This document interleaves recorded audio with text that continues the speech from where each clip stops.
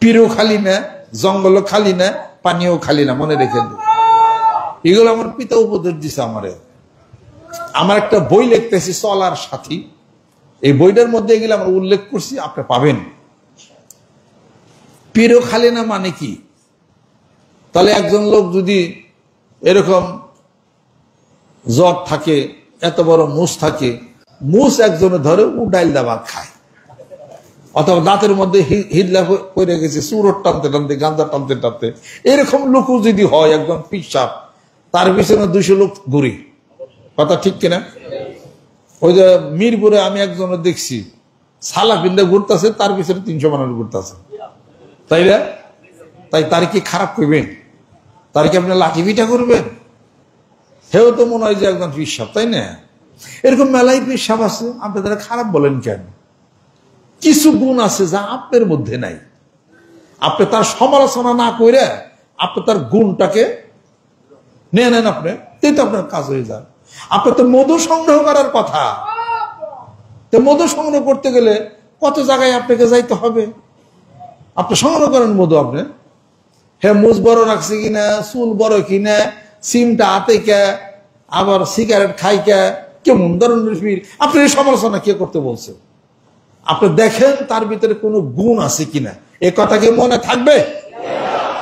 আমি যেমনে সৈনিক বানাবো হেমনে সৈনিক হবেন, এটার নাম পীর মুরিদি। নিজের গতিতে চালার নাম পীর মুরিদি না। সমালোচনা করবেন না, যদি কোনো গুণ থাকে সেটা আপনি সংগ্রহ করবেন। তার কাছে বসার দরকার নাই, তার কাছে মুড়ি দেওয়ার ঠেকা নাই, যেহেতু নামাজ পড়ে না মুড়ি দেবেন কেন? এই কিন্তু তার সমালোচনা করারও কোনো দরকার নাই। কোন গুণ যদি থাকে নিবেন, তাহলে পীরও খালি না, জঙ্গলও খালি না, পানিও খালি না। পত্রিকায় দেখেন পানিও খালি না। আমি পত্রিকার মধ্যে পড়ছি বিদেশে আমেরিকাতে, ওই পানি আসছে, জোয়ারের পানি লেকের মধ্যে আসছে, এক জায়গায় গর্ত ছিল, ওখান তো অনেক পানি ছিল, সেখানে কুমিরাটা এসে পড়িয়ে আসছিল। একজনে টোলাবান না, সেখানে গোসল করতে গেছে, কুমিরে তার বাচ্চাটাকে থাপাতে নিয়ে গেছে, নিয়ে যায় গিলে ফেলছে। পরে সেখানে সে একজন, ওদিকে তার ছিল, লোকজন ডাক ডুক দেয়া, আবার সেটা আনছে, বন্দুক আনছে, আইনায় সেই কুমির মারছে, মাইরা পেট ফাইরা তার বাচ্চারে বাইর করছে। তাহলে পানিও খালি না। কক্সবাজার গেছি কয়েকবার, জুতা বেঁধে হাঁটছি, পানির মধ্যে আমি নাই, যেখানে পানি আছে সেখানে আমি নাই। কেন? আব্বা একদিন বলছিলেন যে পানির মধ্যে কিছু থাকে বিশ্বাস করো, যা তুমি দেখো না। পীরও খালি না, জঙ্গলও খালি না, পানিও খালি না, মনে রেখে দিন। এগুলো আমার পিতা উপদেশ দিছে আমারে। আমার একটা বই লিখতেছি চলার সাথী, এই বইটার মধ্যে এগুলো আমরা উল্লেখ করছি, আপনি পাবেন। তাহলে পানিও খালি না, জঙ্গলও খালি না। জোয়ারের মধ্যে আসছিল, ওইটুকুর মধ্যে কুমির পলে আসে, যাইতে পারে নাই, যে গোসল করতে গেছে তাই অন্য দূরছে। আপনার যে জমানোর স্তর এখানে একটা ঘটনা করছে, গিরা পানির থেকে একটা লোকরে নিচের থেকে তলিয়ে নিয়ে গেছে, আর পাওয়াই যায় নাই। কেমন হলো এটা? জঙ্গলও খালি না। পত্রিকার মধ্যে দেখেন পাইছি আমি, সুন্দরবনের কাছে যাদের বাড়িঘর, বাঘ অনেক সময় খাবার পানে ক্ষুধার্ত রয়্যাল বেঙ্গল টাইগার বাঘ লোকালয়ে চলে আসে, বাঘটার দেহটাকে এমন ভাবে গোপন করতে পারে আপনি দেখবেনই না তাকে। ছোট্ট একটা ঝুপের মধ্যে চুপ করে এরকম লম্বা হয়ে শুয়ে থাকে, সেরকম শুয়ে ছিল। বাড়ি থেকে লোক বাড়িছে, ফট করে দাঁড়িয়ে বাঘ তারা ধরে নিয়ে গেছে।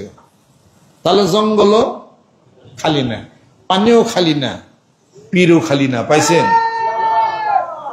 মুজার বড় হে যদি পীর হয়ে থাকে, নামাজ কালাম পড়ে না, কথা ঠিক, তার মধ্যে কোনো গুণ তো আছে। কি গুণ আছে?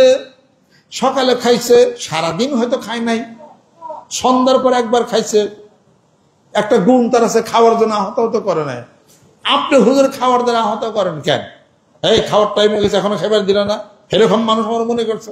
হ্যাঁ, বিকাল 4টা করে গেল, তোমাদের এখানে ওয়াজ করার জন্য আসছি, কি মনে করছো তোমরা আমাকে ঘরে নাম দিলে না?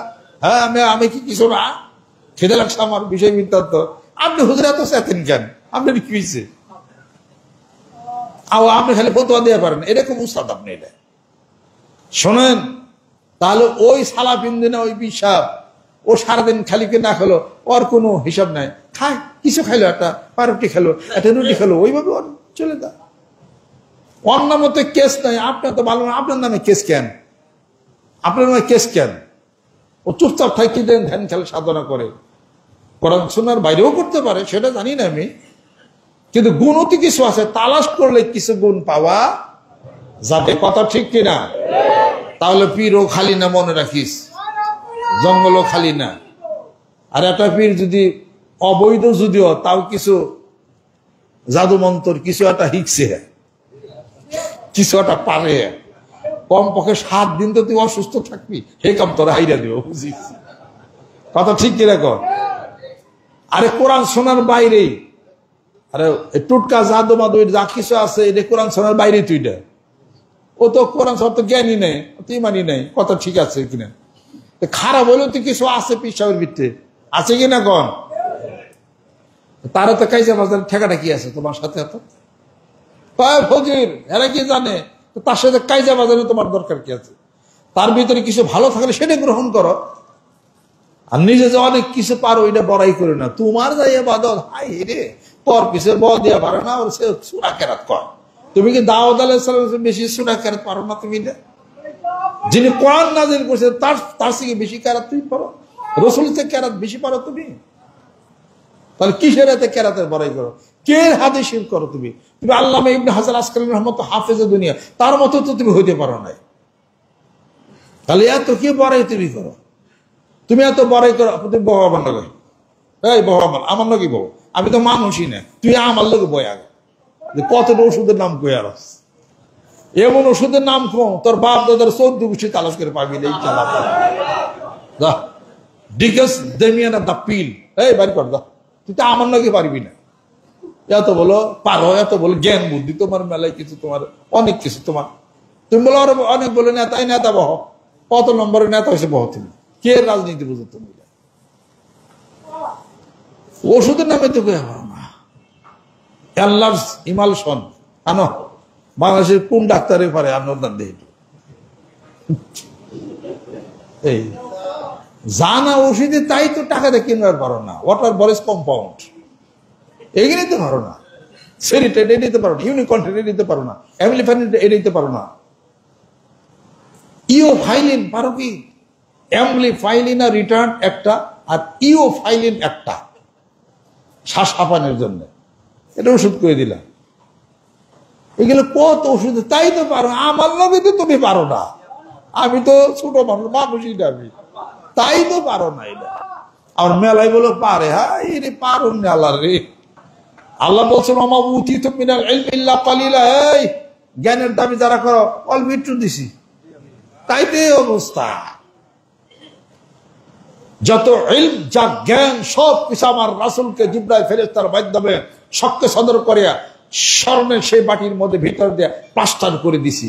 আমার রাসূলের উপরে কেউ যাইতে পারবে না, এটা মনে রেখে। আর যাকে আল্লাহ পাক নিজে হেফাজত করেছেন, যেরকম সুবহানাল্লাহ।